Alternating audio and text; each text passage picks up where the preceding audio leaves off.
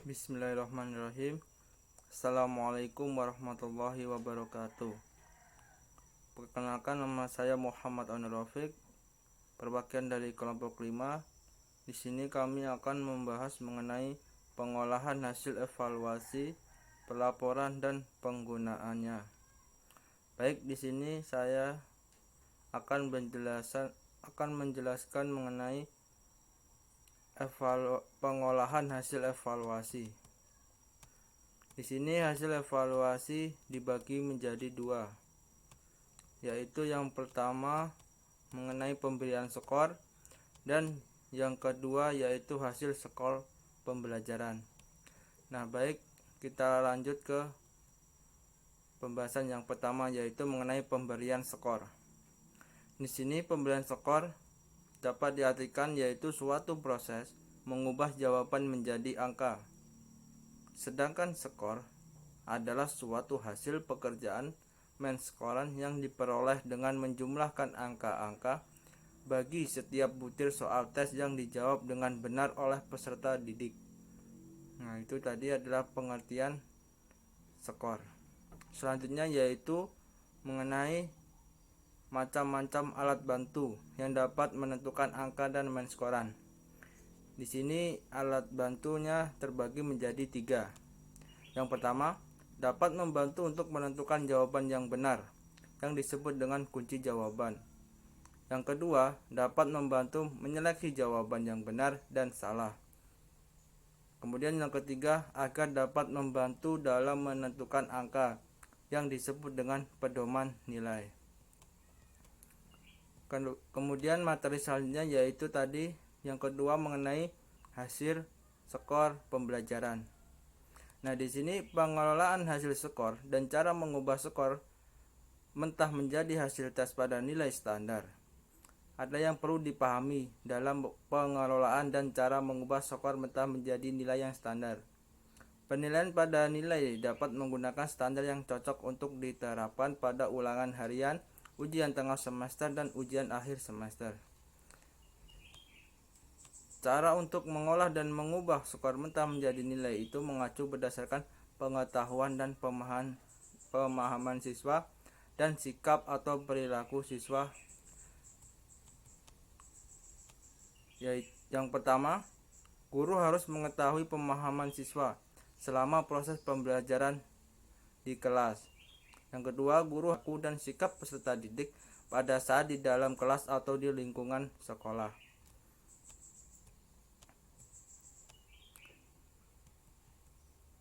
Pada penentuan nilai pada peserta didik dapat dilakukan dengan cara membandingkan skor mentah hasil belajar secara maksimum. Maka pada penentuan nilai ini beracuan pada kriterium peserta didik. Patokan ini sangat baik diterapkan pada tes formatif, di mana cara guru ingin mengetahui berapa orang siswa yang tingkat penguasaannya tinggi, cukup, dan rendah.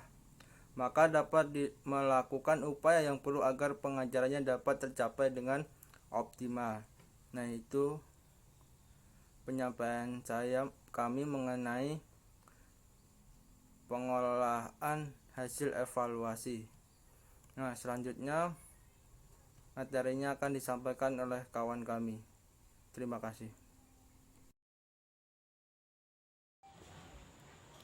Bismillahirrahmanirrahim. Di sini saya Mahmudah Hasanah akan melanjutkan pembahasan dari rekan saya, yaitu pembahasan yang kedua tentang pelaporan hasil evaluasi. Nah, jadi laporan ini itu dapat dikategorikan menjadi 2 jenis, yaitu laporan prestasi dalam mata pelajaran serta laporan pencapaian. Laporan prestasi pada mata pelajaran itu berisi informasi tentang pencapaian kompetensi dasar yang telah ditetapkan di dalam kurikulum. Nah, adapun laporan pencapaian itu merupakan laporan yang menggambarkan kualitas pribadi peserta didik sebagai internalisasi dan kristalisasi setelah peserta didik belajar melalui berbagai kegiatan di sekolah.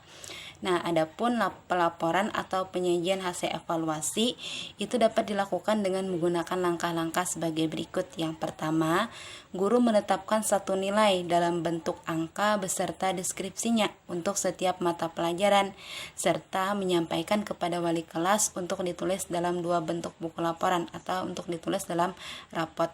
Yang kedua, guru bersama wali kelas itu menyampaikan hasil penilaiannya dalam rapat dewan guru untuk menentukan kenaikan kelas. Yang ketiga, guru bersama wali kelas itu menyampaikan hasil penilaiannya kepada orang tua atau wali murid. Nah, prosedur yang ketiga ini biasanya tidak dilakukan karena menyampaikan hasil penilaian kepada orang tua itu adalah pada semester genap, yaitu pada saat kenaikan kelas. Adapun yang dilakukan itu biasanya guru hanya menyerahkan laporan hasil belajar atau rapot kepada peserta didik atau kepada orang tua peserta didik. Nah, adapun hal-hal yang perlu diperhatikan dalam pelaporan hasil evaluasi selain dari aspek kognitif, yaitu adalah aspek afektif dan psikomotorik. Nah, pada aspek afektif, pelaksanaan penilaian afektif ini dilakukan guru dengan melihat sikap murid dari awal semester hingga akhir semester berdasarkan pengamatan guru secara umum, di mana pengamatan tersebut dilaksanakan secara tersirat dari kegiatan belajar mengajar yang telah dilakukan di sekolah. Yang kedua adalah penilaian aspek psikomotorik. Nah, pada penilaian aspek psikomotorik itu dapat dilakukan dengan sistem praktek. Contohnya, peserta didik itu diminta untuk mensimulasikan tata cara zakat fitrah. Nah, penilaian ini dilaksanakan setelah pelaksanaan penilaian kognitif selesai.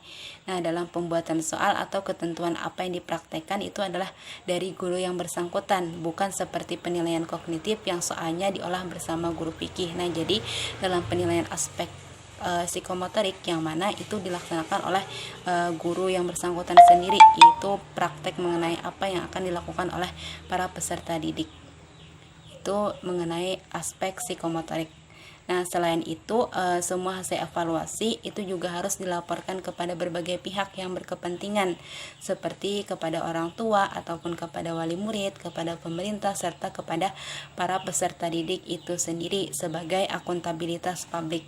Hal itu agar proses dan hasil yang dicapai peserta didik termasuk perkembangannya itu dapat diketahui oleh berbagai pihak. Wali misalnya itu dapat menentukan tindakan yang objektif dan mengambil tindakan sebagai tindak lanjut dari laporan tersebut. Sebaliknya, jika hasil evaluasi itu tidak dilaporkan, orang tua peserta didik tentunya tidak dapat mengetahui kemajuan yang telah dicapai oleh anaknya. Karena itu pula mungkin orang tua peserta didik itu tidak memiliki sikap dan rencana terhadap perkembangan baik dalam rangka pemilihan serta bakat atau bimbingan maupun untuk melanjutkan studi yang lebih tinggi kepada para murid atau kepada anaknya. Nah, tentunya hasil evaluasi itu juga perlu dilaporkan kepada pemerintah, dalam hal ini kepada Kementerian Agama di tingkat kabupaten atau kota. Nah, tujuannya itu adalah untuk melihat kemajuan peserta didik, baik secara individu maupun secara bersama-sama, serta akan memberikan penilaian pada madrasah yang bersangkutan. Nah, oleh karena itu, laporan itu juga penting bagi peserta didik itu sendiri, agar mereka mengetahui tingkat kemampuan yang telah dicapainya, serta tindakan yang harus dilakukan selanjutnya. Nah, jadi laporan kemajuan peserta didik itu merupakan sarana komunikasi antar madrasah, peserta didik, dan juga kepada orang tua dalam upaya mengembangkan dan menjaga hubungan kerjasama yang baik antara yang bersangkutan. Untuk itu, hal yang juga harus diperhatikan dalam pelaporan evaluasi itu yang pertama adalah konsisten dengan pelaksanaan penilaian di madrasah. Yang kedua, memuat rincian hasil belajar peserta didik berdasarkan kriteria yang telah ditentukan dan bermanfaat bagi pengembangan peserta didik. Yang ketiga itu adalah menjamin orang tua akan informasi permasalahan peserta didik di dalam belajar. Yang keempat, berisi berbagai cara dan strategi komunikasi, dan yang terakhir adalah memberikan informasi yang benar, jelas, komprehensif, serta akurat. Bismillahirrahmanirrahim. Di sini saya ingin menjelaskan tentang penggunaan hasil evaluasi. Salah satu penggunaan hasil evaluasi adalah laporan. Laporan yang dimaksudkan untuk memberikan feedback kepada semua pihak yang terlibat dalam pelaksanaan pembelajaran, baik secara langsung maupun tidak langsung, dengan melandaskan diri pada kesimpulan yang telah diperoleh dalam evaluasi tersebut. Evaluator dapat mengambil keputusan dan merumuskan kebajikan yang dipandang perlu untuk dilaksanakan.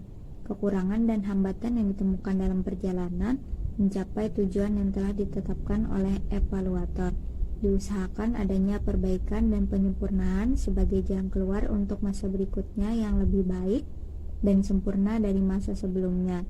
Secara umum, terdapat 5 penggunaan hasil evaluasi untuk keperluan, yaitu sebagai berikut. Yang pertama, laporan pertanggungjawaban, dengan asumsi bahwa banyak pihak yang berkepentingan terhadap hasil evaluasi. Oleh karena itu, laporan ke berbagai pihak sebagai bentuk akuntabilitas publik.